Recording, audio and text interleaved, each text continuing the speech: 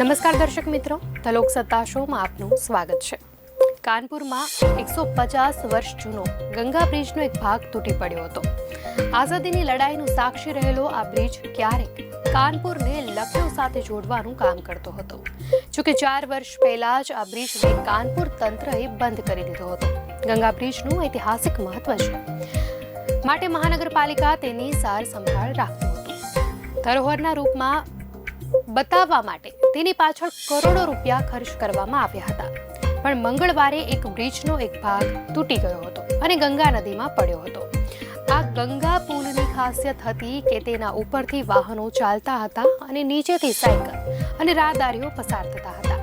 એવું કહેવાય છે કે અંગ્રેજોના સમયે કાનપુરથી લખનઉ જનારા લોકો માટે આ પુલ એકમાત્ર રસ્તો હતો. લોકો કાનપુરથી ઉન્નાવ અને પછી લખનઉમાં પ્રવેશ કરતા હતા. જોકે તેના પિલર્સમાં પડેલી તિરાડોને કારણે લોકોને સુરક્ષાને જોતા પુલનો ખતરો માની પીડબ્લ્યુડી દ્વારા તેને બંધ કરવામાં આવ્યો હતો. શુક્લાગંજ અને કાનપુર બંને છેડા પર દિવાલ મૂકવામાં આવી હતી અને લોકોની અવરજવર બંધ હતી. કાનપુરથી શુક્લાગંજ જવાના રસ્તામાં ગંગા નદી પર બનેલો બ્રિટિશ કાળનો આ બ્રિજ સ્વતંત્રતા સંગ્રામનો પણ સાક્ષી રહ્યો છે.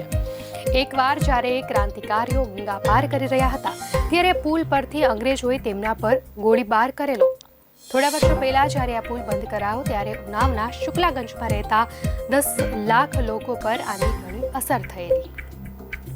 આને ચાલુ કરવા માટે ઉન્નાવના સાંસદથી લઈને અનેક ધારાસભ્યો અને મંત્રીઓએ મુખ્યમંત્રીથી લઈને વહીવટીતંત્ર સુધી દોડધામ કરી હતી. પરંતુ કાનપુર આઈઆઈટીએ તેનું ચેકિંગ કર્યા પછી કહી દીધું હતું કે આ પુલ જર્જરિત છે, ચાલવા માટે યોગ્ય નથી અને ગમે ત્યારે તૂટી શકે છે. જે બાદ જિલ્લા પ્રશાસને આ પુલને ચાલુ કરવાનો સંપૂર્ણ ઇનકાર કરી દીધો હતો.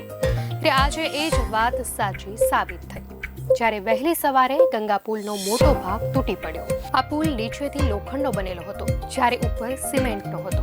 પોલીસનું કહેવું છે કે બ્રિજમાં વધુ તિરાડો છે, તેથી તેને સંપૂર્ણપણે બંધ કરી દેવામાં આવ્યો છે. આની પર ચાલવા આવતા લોકોને પણ રોકી દેવામાં આવ્યા છે. એવું કહેવાય છે કે અંગ્રેજોએ કાનપુરને ઉન્નાવ લખનઉ સાથે જોડવા માટે 1875માં આ ગંગા પુલ પર બ્રિજ બનાવ્યો હતો. ઈસ્ટ ઇન્ડિયા કંપનીના એન્જિનિયરોએ બ્રિજનું નિર્માણ કર્યું હતું. આ બ્રિજને બનાવવામાં 7 વર્ષ 4 મહિનાનો સમય લાગ્યો હતો. મેસ્કર ઘાટ પર પ્લાન્ટ લગાવવામાં આવ્યો હતો. અંગ્રેજોએ વાહન વ્યવહાર માટે તેને બનાવ્યો હતો. 1910માં આ બ્રિજને ટ્રેનના સંચાલન માટે એક રેલવે બ્રિજ બનાવ્યો હતો. રોજ 22,000 વાહન સહિત 1.25 લાખ લોકો આ પુલ પરથી પસાર થતા હતા.